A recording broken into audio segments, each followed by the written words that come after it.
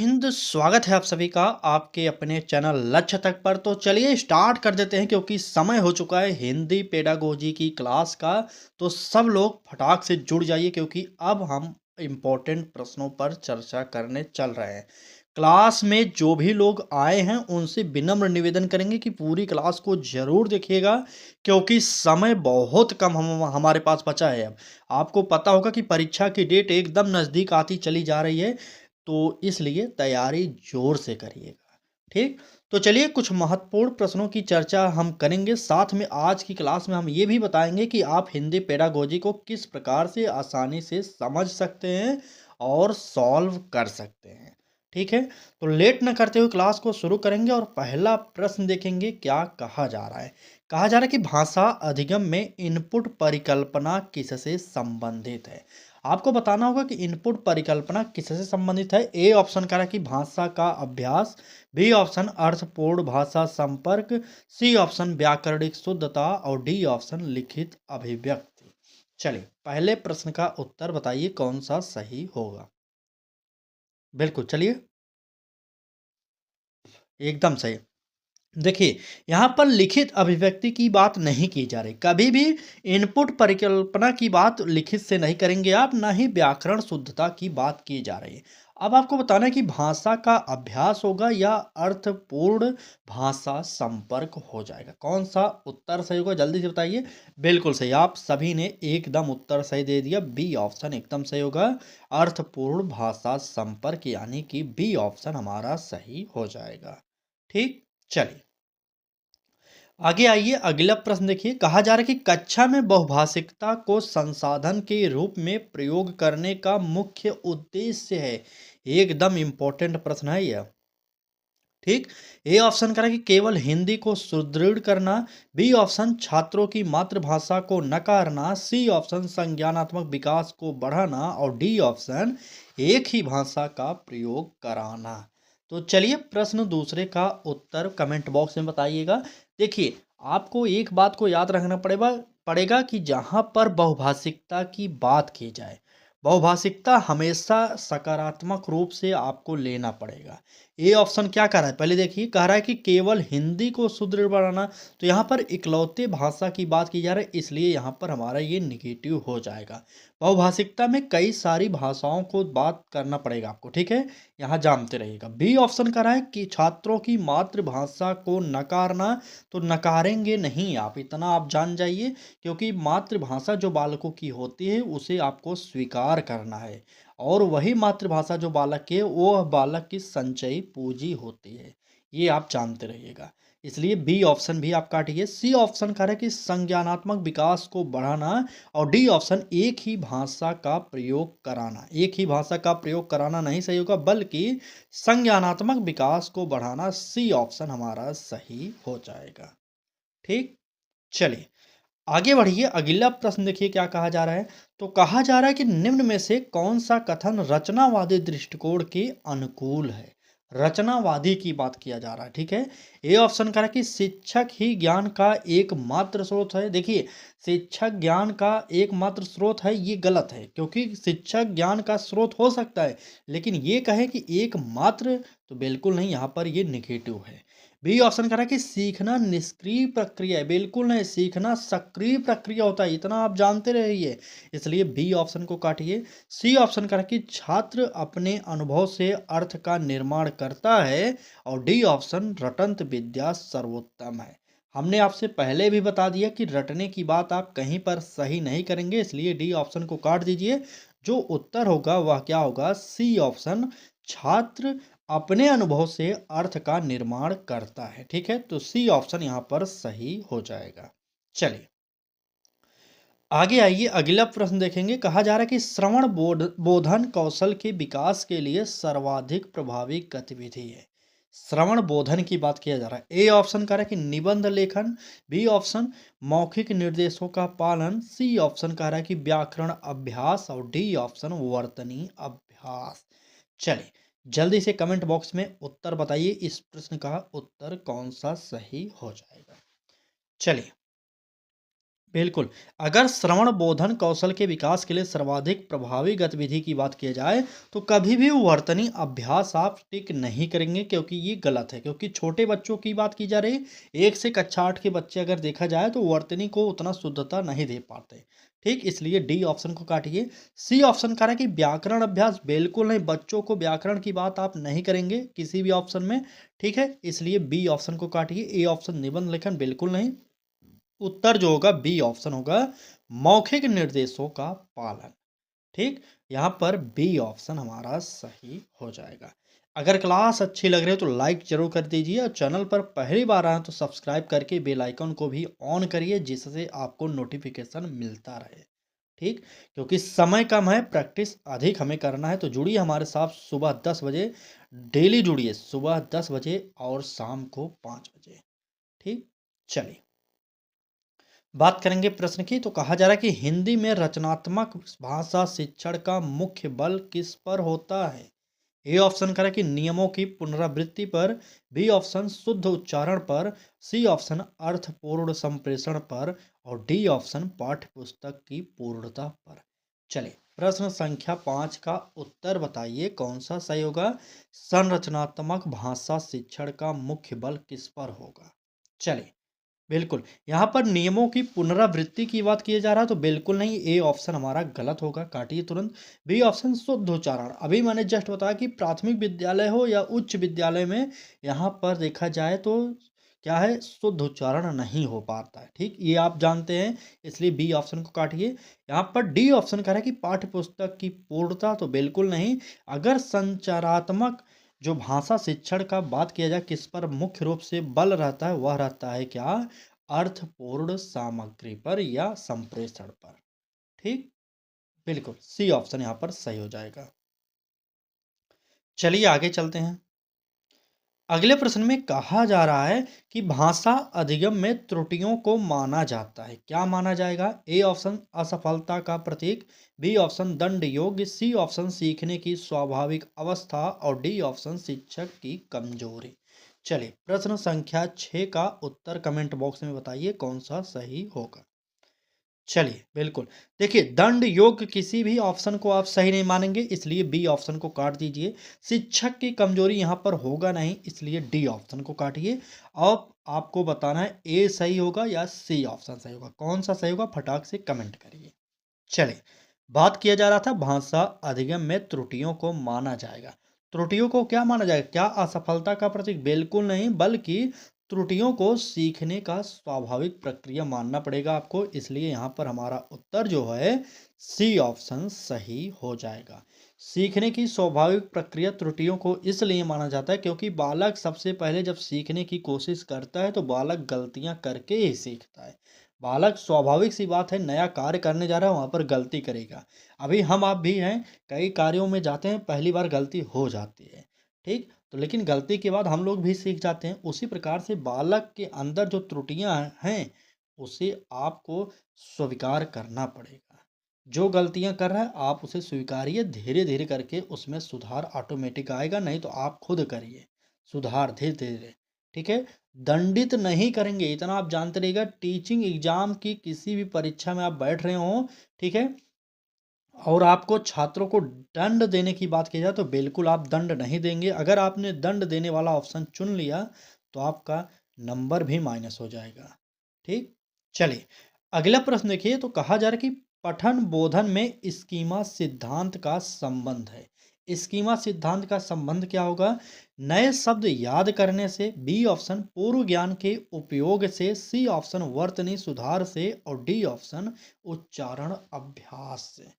चलिए यह class paper 1 और पेपर 2 दोनों के लिए उपयोगी है। ठीक है, क्योंकि दोनों पेपरों में देखा जाए तो 15-15 प्रश्न पूछे जाएंगे, चाहे पेपर 1 हो या पेपर 2 हो। हिंदी पेडागोजी से 15 प्रश्न आएंगे। ठीक, तो चलिए बात किया जाए स्कीमा सिद्धांत की। तो स्कीमा सिद्धांत में नए शब्द याद करने से, देखिए याद करना शब्द अपने आप में ही निगेटिव है, इसे काट दीजिए क्योंकि यह निगेटिव है। ठीक है, बी ऑप्शन कह रहा है कि पूर्व ज्ञान के उपयोग से, सी ऑप्शन वर्तनी सुधार से। तो वर्तनी सुधार अभी जस्ट मैंने ऊपर बताया था कि ये निगेटिव है, इसे काट दीजिए। ठीक।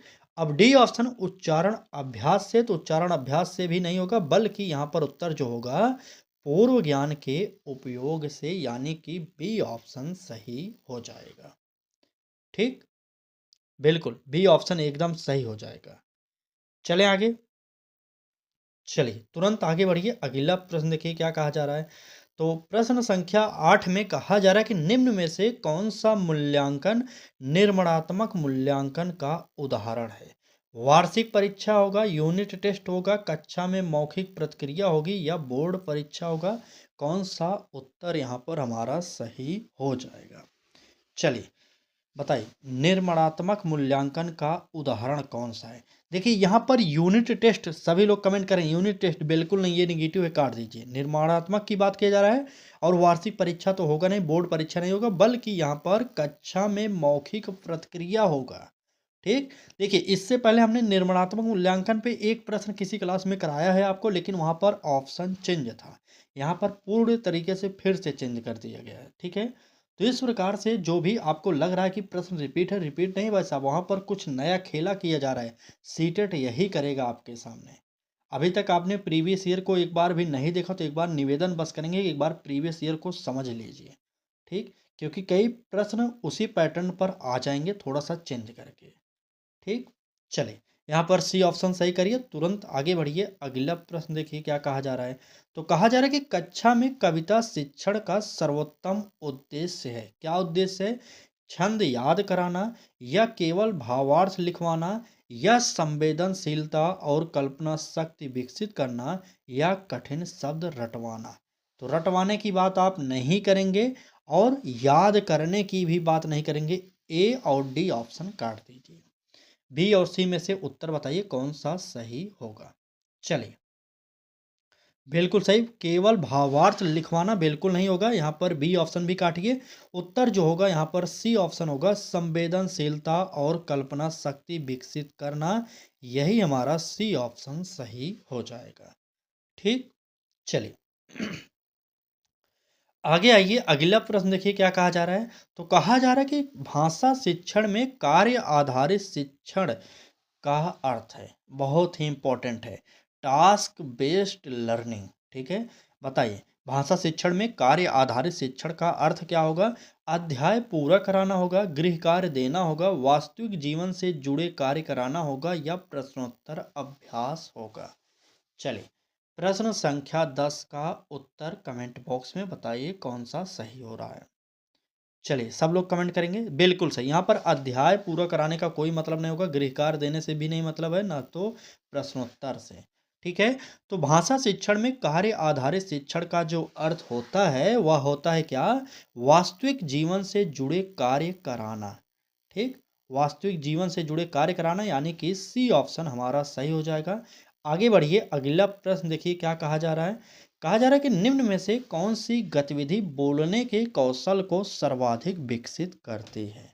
ए ऑप्शन अनुच्छेद लेखन, बी ऑप्शन वाक्य शुद्धि, सी ऑप्शन भूमिका भूमिका अभिनय जिसे रोल प्ले कहा जाता है, और डी ऑप्शन शब्दार्थ लिखना। शब्दार्थ लिखना काट दीजिए। अब बताइए कौन सा उत्तर सही होगा। चलिए डी ऑप्शन हमने पहले काट दिया, ए बी सी में से बताइए फटाक से।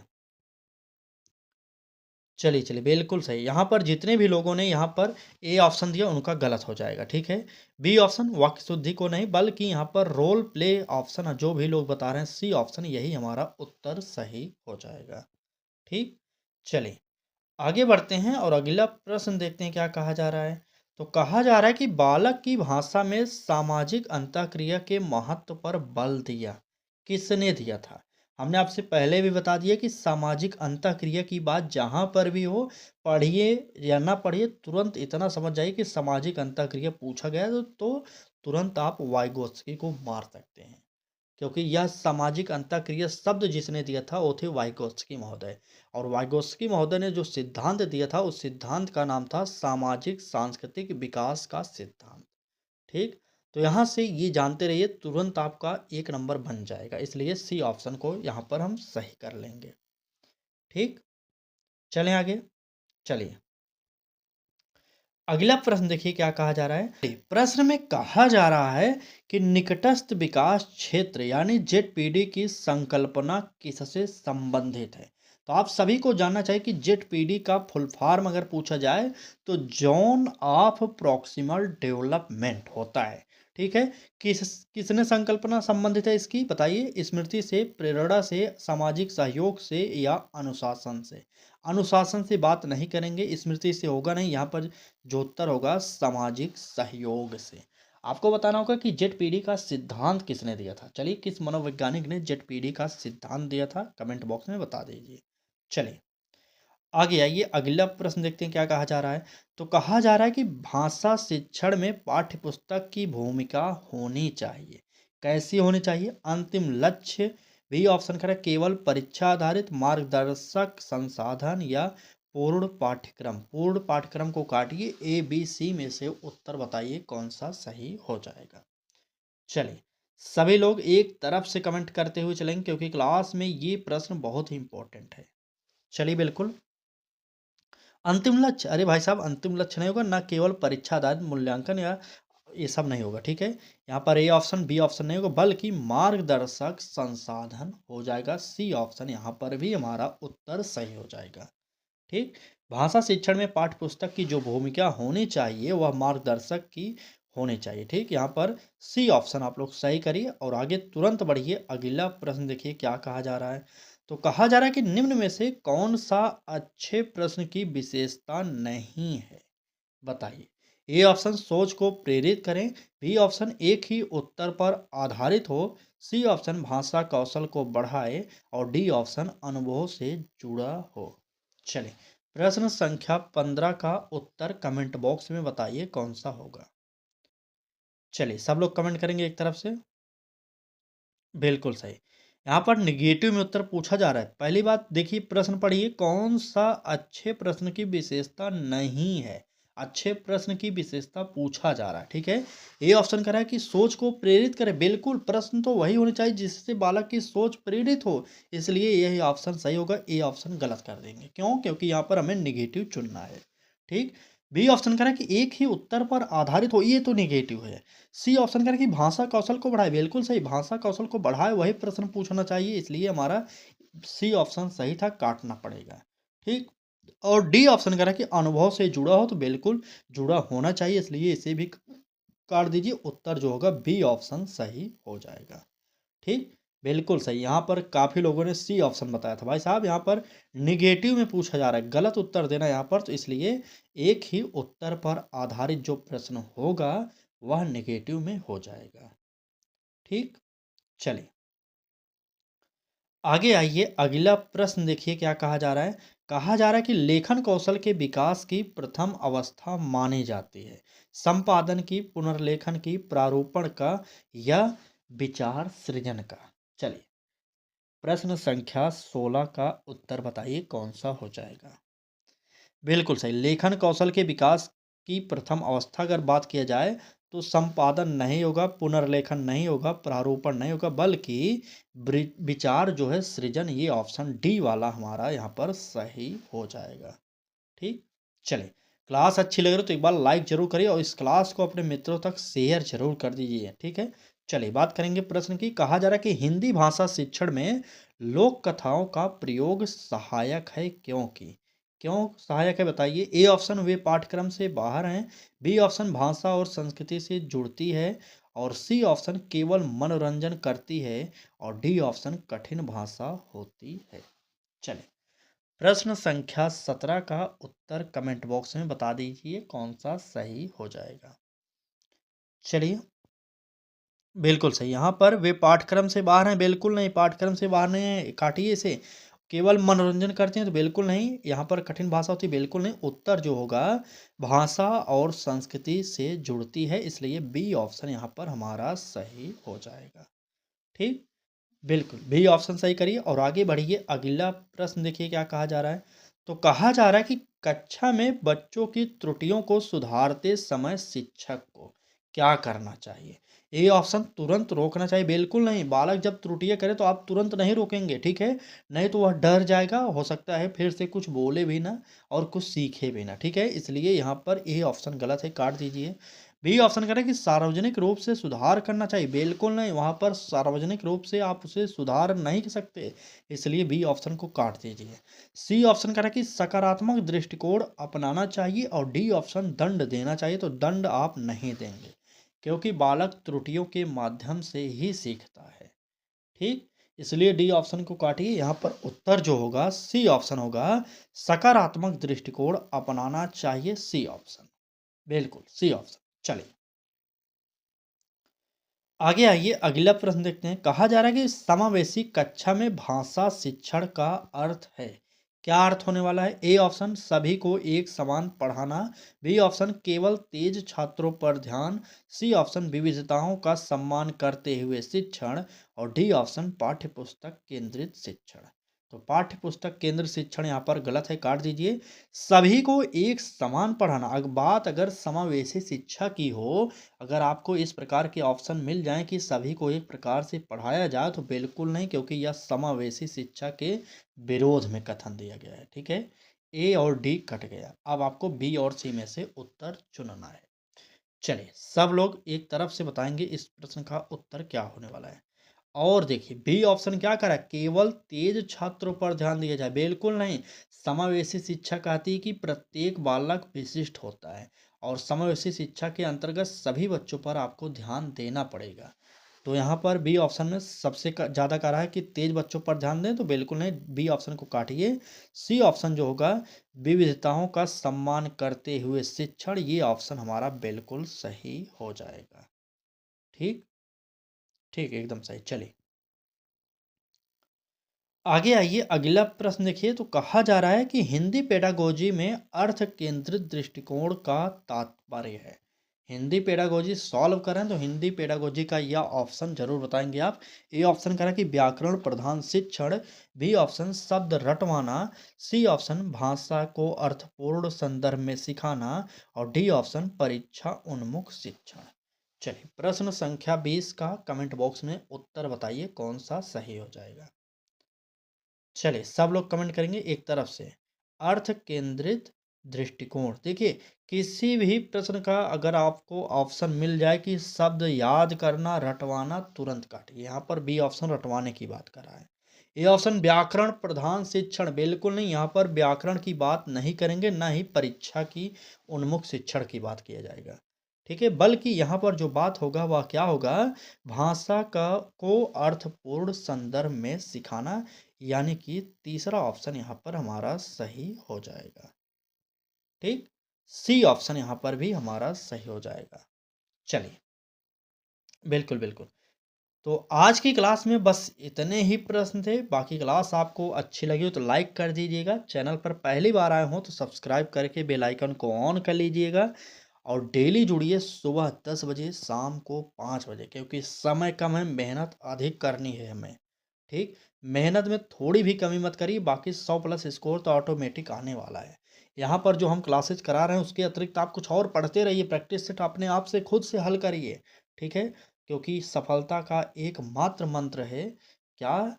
वो मंत्र है कि अधिक से अधिक मेहनत या कोशिश की जाए, ठीक? तो चलिए आज की क्लास में आपके कितने प्रश्न सही हुए, एक बार जितने भी लोगों ने इस क्लास को देखा होगा सभी लोग कमेंट करके बताएंगे कितने प्रश्न आपकी सही हो रहे हैं, ठीक? चलिए बिल्कुल सही। चलिए क्लास को यहीं पर समाप्त करते हैं। धन्यवाद।